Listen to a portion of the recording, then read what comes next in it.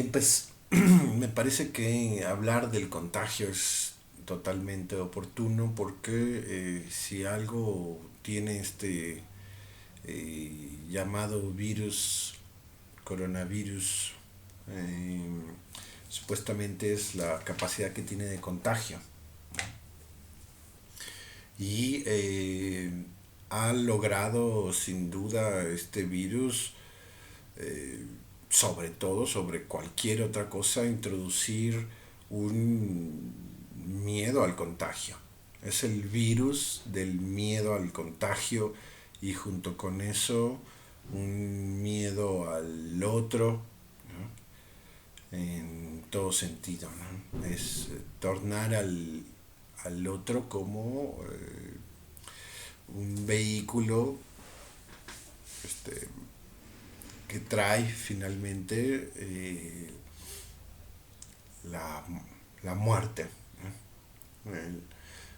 Entonces, independientemente de que eso sea sí o no, ahora vamos a ver la actitud o la defensa instalada en la población es el miedo a contagiarse en un sinónimo de el miedo a la muerte, ¿no? Y toda la defensa contra el coronavirus al final termina siendo de la misma materia que el miedo a la muerte, ¿no? Y de ahí toda la justificación y escándalo que se hace al respecto de que si cuestionas algo en esa misma línea, estás permitiendo, digamos, la, la muerte, estás permitiendo el riesgo de muerte deliberado en los demás. Nótese cómo hay una fantasía enorme de poder librar la muerte misma, ¿no? En todo esto.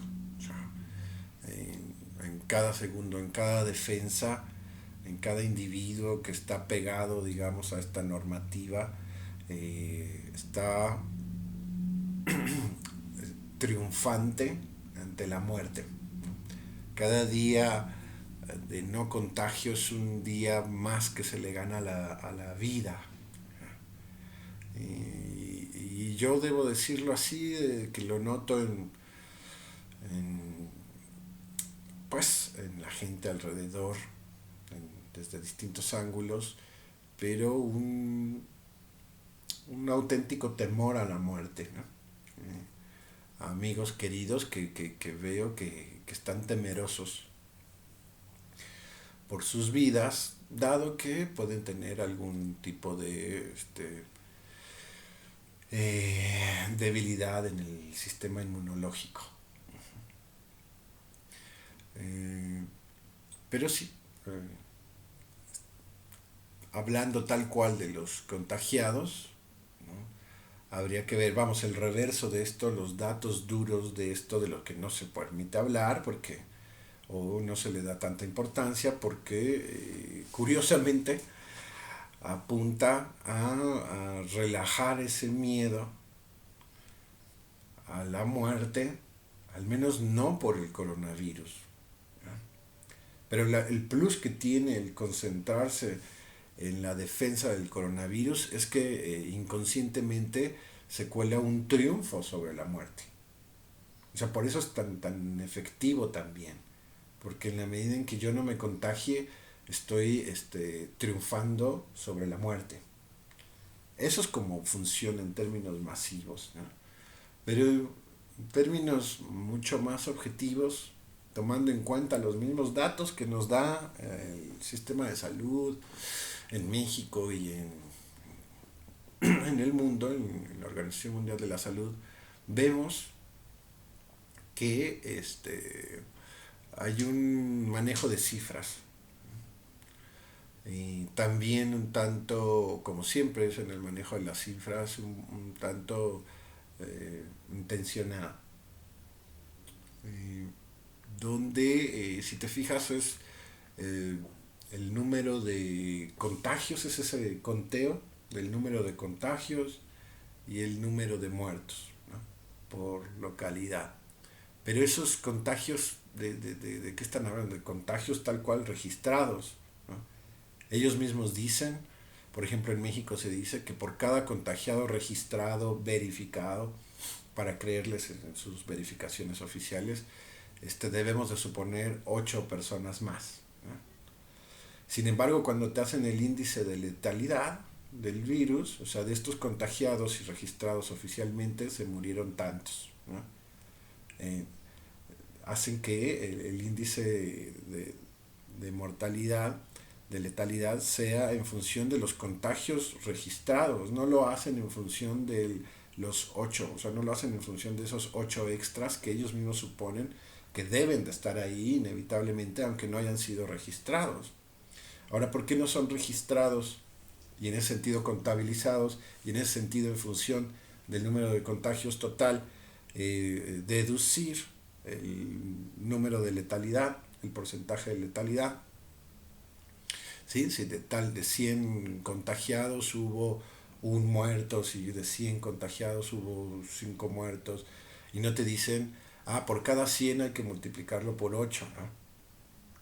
Es muy distinto decir de cada 800 hay un muerto que decir de cada 100 hay un muerto, pero deliberadamente te presentan el de cada 100 hay un muerto y poco te hablan entonces de esos otros contagiados que pertenecen al terreno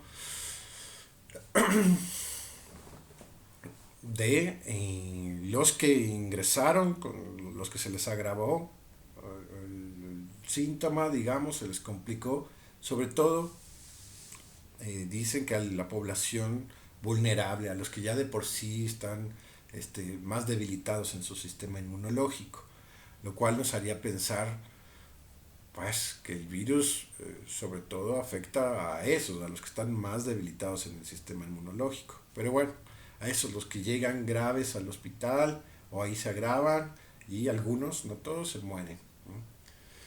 Y están los otros, los que tuvieron síntomas leves y se curaron en sus casas con el aislamiento normal. Están también los asintomáticos, los que no supieron si sí tuvieron o no tuvieron, ¿sí? Porque pues no tenían ningún síntoma. Y están esta otra población, que son los inmunes per se. Hablando con la doctora Rosario Sánchez, ¿sí? Venga. No, con la doctora Rosario Sánchez, que es es una doctora de homeopatía, de medicina homeopática, muy importante en la Ciudad de México y a nivel mundial.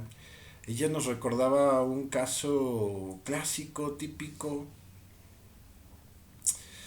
al respecto de la población inmune, ¿sí? Es decir, todos somos, la tesis de ella, que a su vez está inspirada en fuentes fundamentales de la medicina,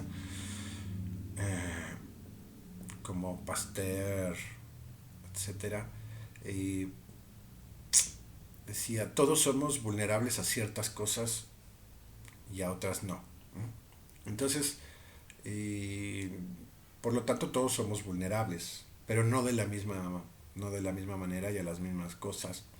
Entonces decía ella, ¿cuántas pacientes, cuántas personas hemos visto que chupan la misma paleta de la que tiene varicela, ¿sí? Y no le da varicela, ¿sí?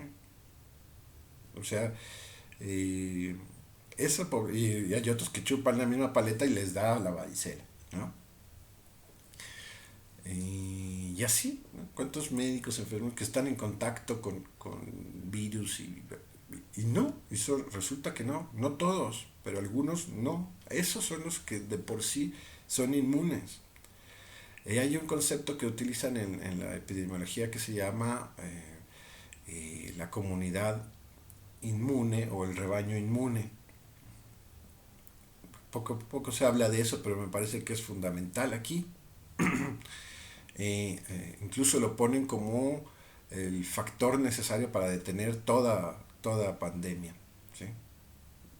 Más que las vacunas y todo lo que se puede hacer secundariamente, ¿no? Remedios caseros, fórmulas, medicina alternativa, acupuntura, homeopatía, por supuesto, en fin. Y es necesaria el rebaño inmune para detener la propagación de una epidemia. Eso está sucediendo en la actualidad. O sea, además habría que pensar entonces en los contagiados, contagiados sin síntomas, contagiados con síntomas leves, contagiados agravados. Hay que pensar en los que son inmunes. Y no es un asunto de omnipotencia ni nada, es un asunto de la realidad del sistema inmunológico de todos.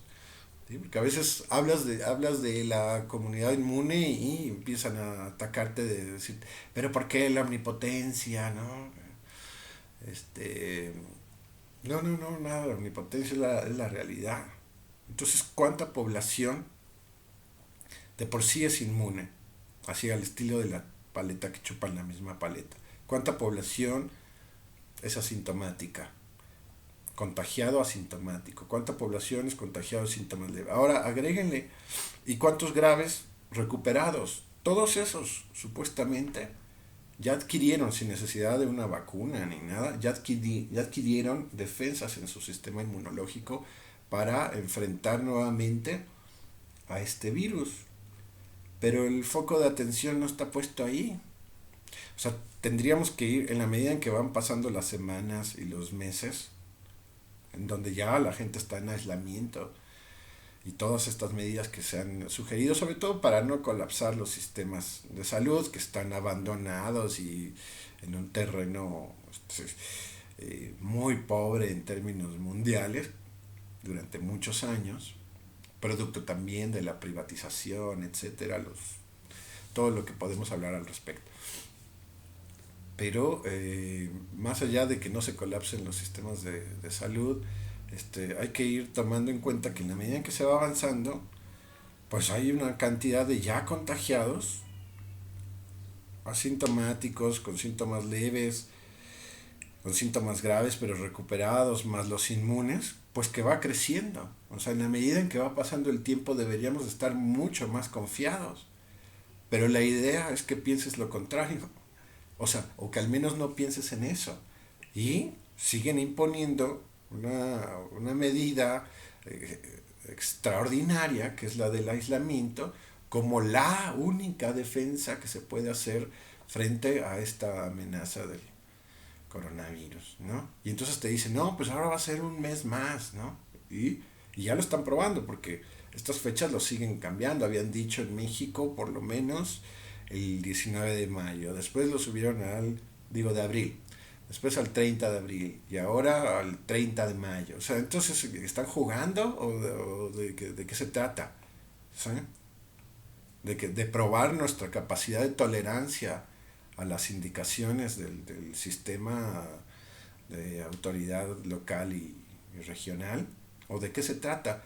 Pero al mismo tiempo yo lo que estoy cuestionando acá es el asunto de no tomar en cuenta que todos estos que ya pasaron por ahí, inmunes de por sí, asintomáticos, síntomas leves, síntomas graves pero recuperados, ya son inmunes. Por lo menos ellos deberían de estar libres.